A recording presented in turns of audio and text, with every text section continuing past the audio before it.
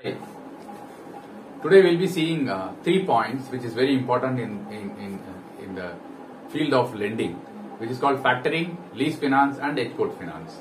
So how these various 3 types of finances actually help the exporter, the manufacturer.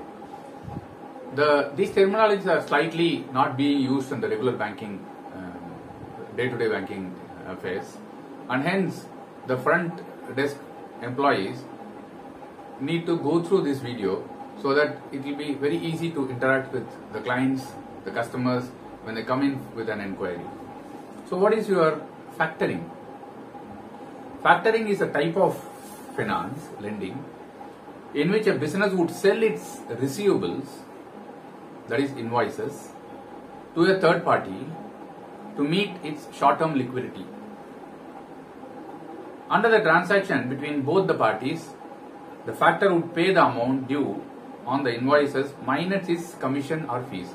The bills that are receivable by a company will be discounted by the normally bank, and then takes their commission and the discounted amount, and remaining will be paid to them.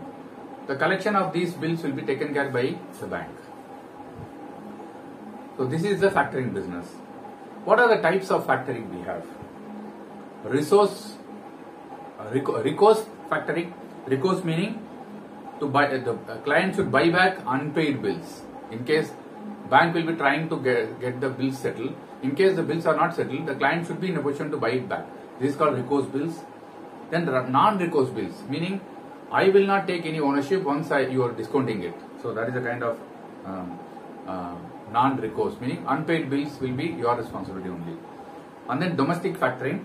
When the customer, that is the client and the factor are in the same country, both of them are in the same country, that's called domestic factoring. These are the 3 types of factoring we have. So what is the benefit of this? Why should the banks do it, or why should the client want this? Gain predictable, higher liquidity and a greater portion of equity, meaning you have, as soon as the the goods are exported, the bills can be discounted and immediate credit can be given to the companies. Adjust your financing need to your sales. Use the cash discount and rebates offered by your suppliers. Grant longer payment terms to your customers. Enjoy security against bad debt issues. So these are the few points. The main crux of this is factoring gives you liquidity immediately. You don't need to go for money lender or lending, getting the lending separately, borrowers. So who pays the factoring company? Customers only pay it. And as we said that, the discounted amount, the commission will be part for the bank. Okay, now we have seen factoring. The next topic which we'll be seeing is lease finance. So what is a lease finance? Lease financing is a contractual agreement between the owner of the asset who grants the other party the right to use the asset in return for a specific periodic payment, and the other party who is a user of such assets. So there are the 2 parties involved. The ownership of the property will be with the factor only, lease financing company, but utility will be done by the customer. So why is it important? Lease financing is one of the important sources of medium and long-term financing, where the owner of an asset gives another person the right to use that asset, as we told earlier. What are the limitations of lease financing? It may result in higher payout obligation in case the equipment is not found useful, and the lessee opts for premature termination of the lease agreement. So these are the 2 things. One is, supposing the utility that in case of vehicle or machinery which is given for use, if it is faulty, or they go in for earlier termination of the agreement.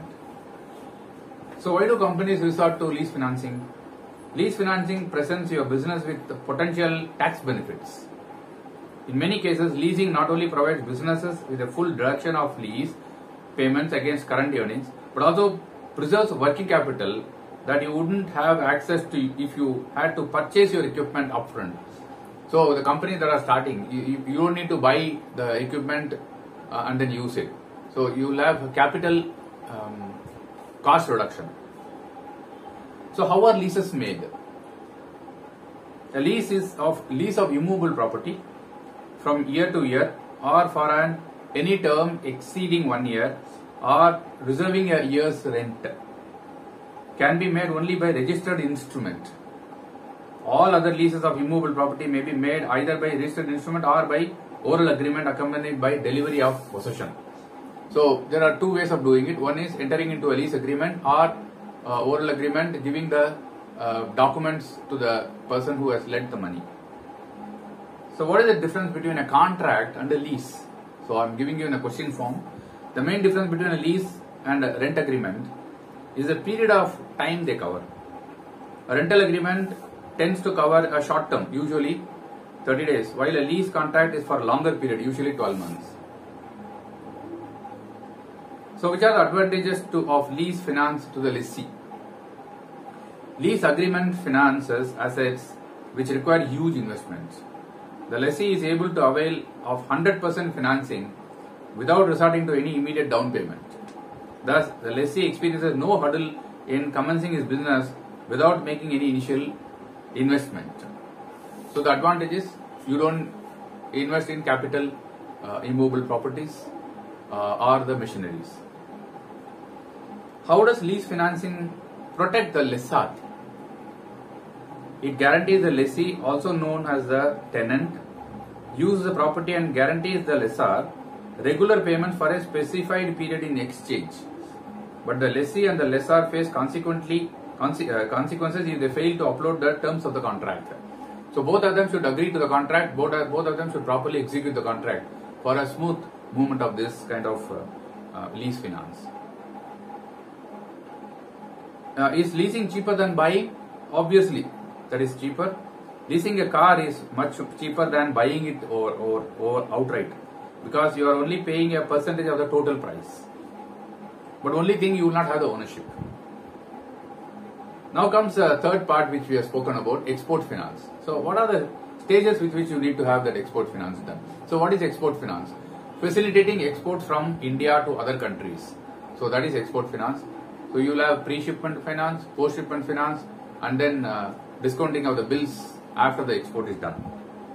So basically 5 types of there: pre-shipment, post-shipment, export finance against collection of bills, deferred export finance against allowances and subsidies. So these are the 5 parameters. What is the importance of export finance? Availability of export finance benefits the buyer as well, as it enables the exporter to perform under their sale contract, enlarges the capacity of the exporter to sell within the specified time, and then the buyer also gets the benefit. What are the 2 stages of export finance? 2 stages, there are actually 3 stages. 2 stages that are referred here is pre-shipment and then post-shipment. And then under this export finance, there are LCs also which come, letter of credit, which also comes into play. Letter of credit is an agreement between buyer and the seller. There will be a third party, which is a bank, will be playing an intermediary role. So what are the types of LC we have? You have irrevocable LC. LC cannot be cancelled or modified without consent of the beneficiary, that is the seller. A revocable, standby LC, confirmed LC, unconfirmed LC, transferable LC, back-to-back LC, payment at site LC. So we are not going to touch deeply on this. You just need to know that under export finance, LC is part of it, and there are these types of LCs which are available. So what is import and export finance? Import finance allows firms to buy finished or incomplete goods from international supplier. Usually secured against invoices, the buyer is due for payment. Export financing is a cash flow solution for exports and exporter. Export finance facilitates the commerce of goods internationally. The seller agrees on the payment terms to the cross-border buyer. Thus, there is a cash flow issue. The supplier ships the goods overseas while the payment will be received at a later stage. So to bridge this gap only, export finance is being done by the banks. So which bank looks after the export finance? Reserve Bank of India is doing it. They regulate the provision of export credit by commercial banks in India. both Indian and foreign banks are abiding to the rules and regulations of RBI. What is EPC limit? The bank decides the duration of packing credit depending upon the time acquired by the exporter for processing the goods. Maximum duration of packing credit is 180 days. However, bank may provide a further 90 days extension on its own discretion without referring to RBI. So normally 180 days is the payment due date for packing credit, and then cushion of 90 days is given. What is a documentary DALC and then DPLC? So LC document against acceptance and document against payment. These are the two terminologies. So in today's video we have seen what is factoring, what is lease finance, and what is export finance in the form of a question answer session. I hope you really gained going through this video. Please key in your questions in case you have any for me to answer when you go through this video or when you refer any of the books. Thank you very much. Bye.